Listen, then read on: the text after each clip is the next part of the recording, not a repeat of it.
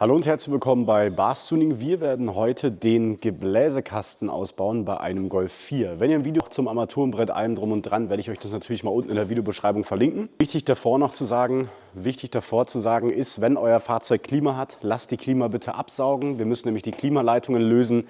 Dieses Klimamittel, egal ob es R134 oder sonstiges Zeug ist, ist giftig. Dementsprechend bitte absaugen lassen und dann erst mit der Arbeit beginnen. Nach der Arbeit natürlich wieder befüllen lassen. Dann fangen wir erstmal hier drüben an. Wir lösen erstmal die Massepunkte. Davon haben wir zwei. Einmal hier oben, braucht ihr eine 10er Nuss. Der andere ist hier unten.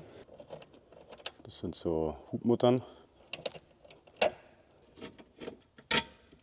Dann lösen wir vom Relaiskasten rechts die 10er Mutter und links.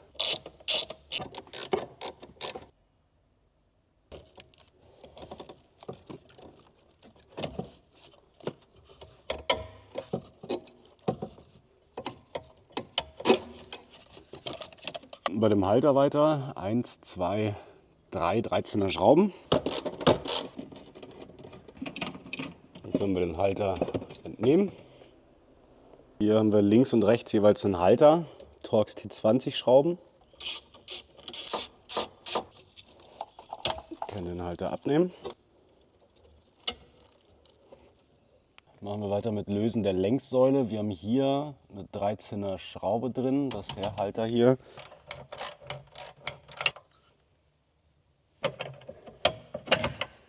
Können den Halter nach hinten hin rausziehen. Dann sehen wir hier hinten recht gut an diese 10er Mutter hin.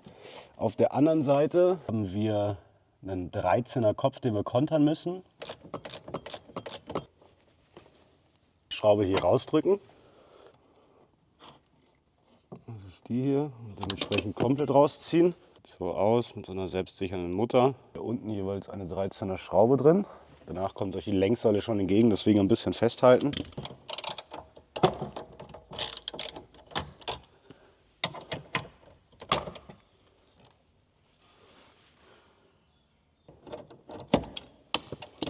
So, Längssäule langsam runterlassen. Dann haben wir hier an dem Träger noch Kabelbäume befestigt. Hier diese zwei Bänder. Hier ist ein Clip drin.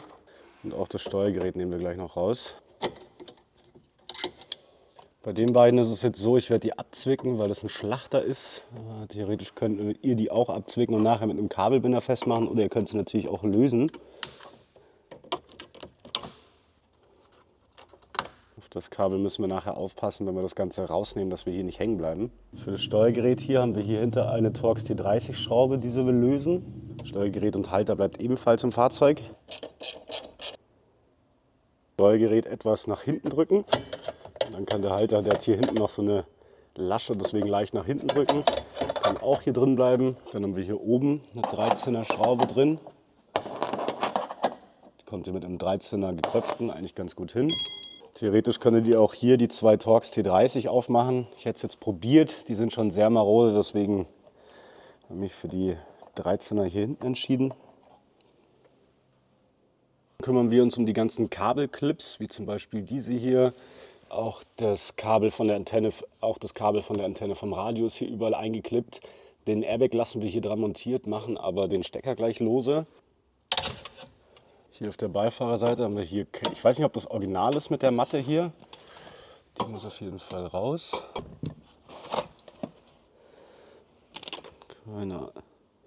Kann euch wirklich nicht sagen, ob das Original ist. Hier hinten ist gar kein Kabelstrang mehr dran.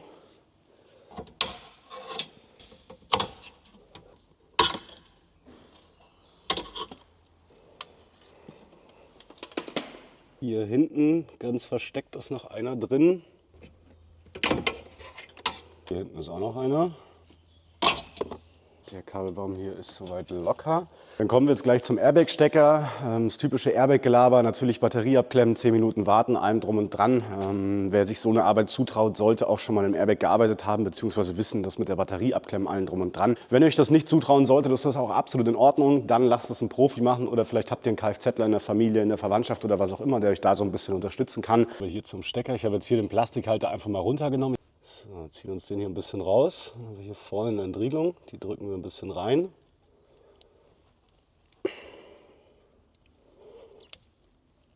Wir können ihn dann abziehen. Wir drücken praktisch mit dem Daumen einfach mit Kraft hier drauf. Hier oben haben wir dann noch einen Kabelbinder drin, der den Kabelstrang am Träger hält. Für hier vorne muss das Wischergestänge raus. Ein detailliertes Video zum Ausbau zum Windkasten und Scheibenwischergestänge werde ich euch mal unten drin verlinken. Das habe ich schon sehr detailliert gedreht, ist unten in der Videobeschreibung verlinkt. Hinten an diese 13er Schraube dran, die wir lösen müssen. Mittlere Ratsche, Verlängerung, lange Nuss. Da ist so eine große Beilagscheibe drauf. Kommen wir zu den offensichtlichen Schrauben. 13er Nuss.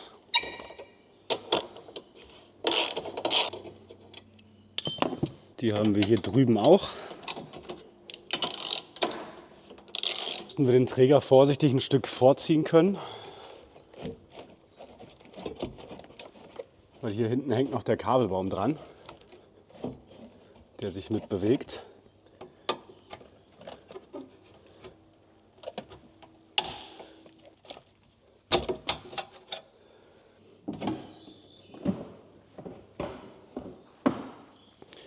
Die Blende hier oben ist nur eingeklippt, und zwar hier. So. Jetzt schauen wir uns das mit dem Kabelbaum hier drüben an. So, und zwar müssen wir jetzt nur darauf achten, dass wir mit den Haltern keine Kabel einklemmen.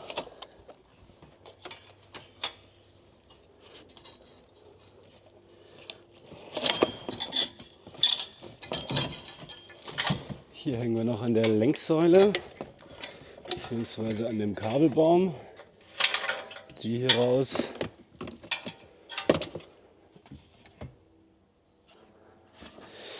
Durch diese ganzen Versteifungen und allem drum und dran verheddert sich immer mal wieder ein Kabel. Jetzt kommen wir zu unserem Gebläsekasten. Das untere Teil hier unten rauszubekommen, haben wir hier hinten einen Kreuzclip. Eigentlich auch, wenn ihr hier hinten anzieht, dann kann man den eigentlich recht gut rausnehmen. Ist hier hinten nur so ein Clip, einfach anziehen, dann habt ihr die Abdeckung draußen. Dann können wir hier das Gummiteil hochziehen. Das ist die Verbindung. Und dann dieses Teil hier rauswackeln. Das ist weiter nicht geschraubt. Beziehungsweise haben wir vorher schon alle Schrauben gelöst und können es dann nach hier praktisch rausziehen. Dann machen wir hier vorne mit den Klimaleitungen weiter. Wir sehen hier eine Plastikabdeckung, die hat auf der linken Seite den Clip. Ich nehme die mal raus und zeige es euch dann.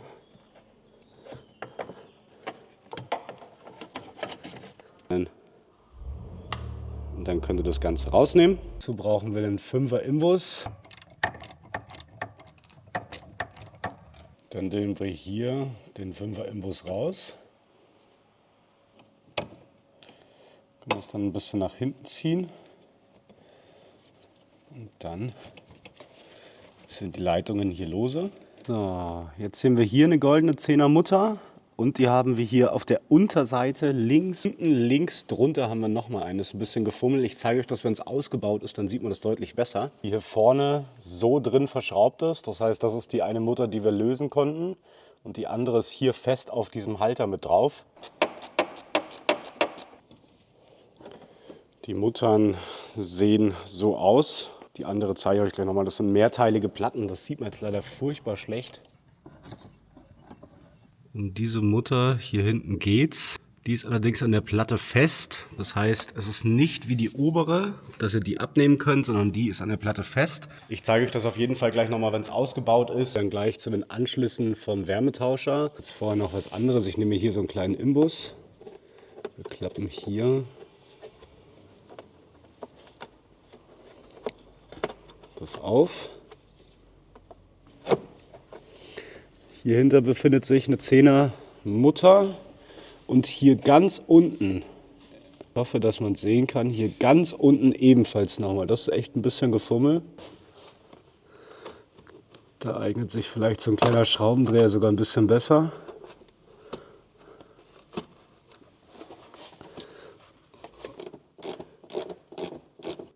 Achtung, dass euch die Mutter nicht reinfällt.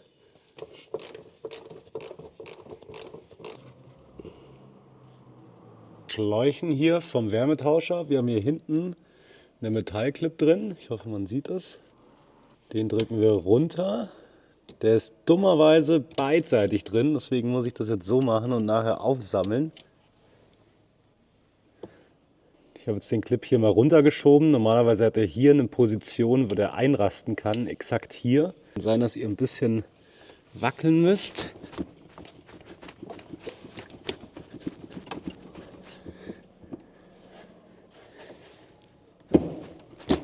Jetzt ist dieser Clip drin, wie wir sehen. So, dass ich den Clip hier auf einer Seite gelöst habe und nach unten so ein bisschen rausziehe oder sogar komplett rausnehme. Dann können wir die Leitung hier auch abziehen. Es ist auf geringem Bauraum sehr schwierig, euch solche Sachen zu zeigen, aber ich bin eigentlich guter Dinge, dass man das gut sieht. Jetzt sind wir so weit, dass wir das Ganze ein bisschen rauswackeln können.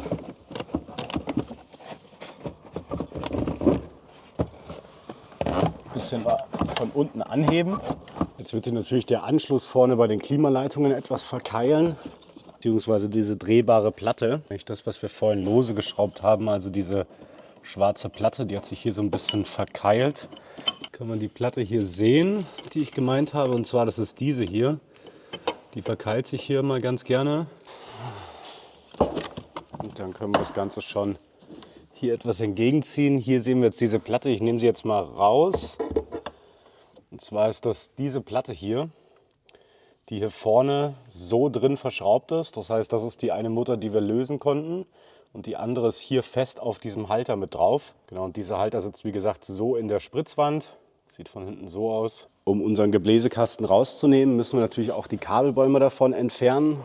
Der ist mit Kabelbindern befestigt. Der große Kabelbaum hier, den kann man auf jeden Fall nach unten packen. Hier brauchen wir links und rechts Kraft in den Fingern. Praktisch hier zusammendrücken und abziehen.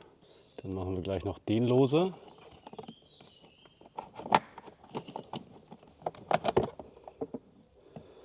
So, ich habe jetzt leider selber nicht genug Kraft in den Fingern gehabt, um die zu lösen. Habe jetzt eine Spitzzange zur Hilfe genommen, die hier zusammendrücken. Dann können wir den Kabelbaum hier schon ein bisschen zur Seite legen. Diesen Massepunkt schrauben wir weg. Das braucht eine 10er Nuss. So eine Hutmutter.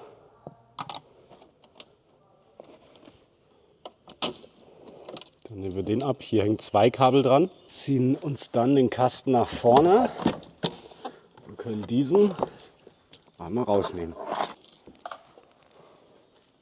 Jetzt gerade eben gesehen habt, kann der große Kabelstrang hier drin bleiben. Der geht einfach nur nach unten, sodass wir das Ganze rausziehen können. Das Ganze wird natürlich rückwirkend wieder so eingebaut. Ist klar, dass es beim Einbau natürlich ein bisschen mehr Aufwand ist, bis alle Schrauben sitzen, bis alles wieder da drin ist. Wenn ihr Probleme haben solltet beim Rausziehen, kann es sein, dass diese Klappe hier nach oben gestellt ist. Die könnt ihr händisch etwas nach unten drücken und dann hat sich das wieder. Dann soll es das soweit mit dem Video gewesen sein. Weitere Videos zum Golf 4 findet ihr natürlich bei mir auf dem Kanal. Wenn ihr selber einen Golf 4 habt, ich habe einige Tutorials zu dem Fahrzeug, abonniert gerne den Kanal. Lasst mir natürlich auch sehr gerne für dieses aufwendige Video einen Daumen nach oben da. Dann wünsche ich euch einen schönen Tag, Abend und Nacht, wann immer das Video seht. Lasst es auf jeden Fall gut gehen. Bis dahin. Ciao.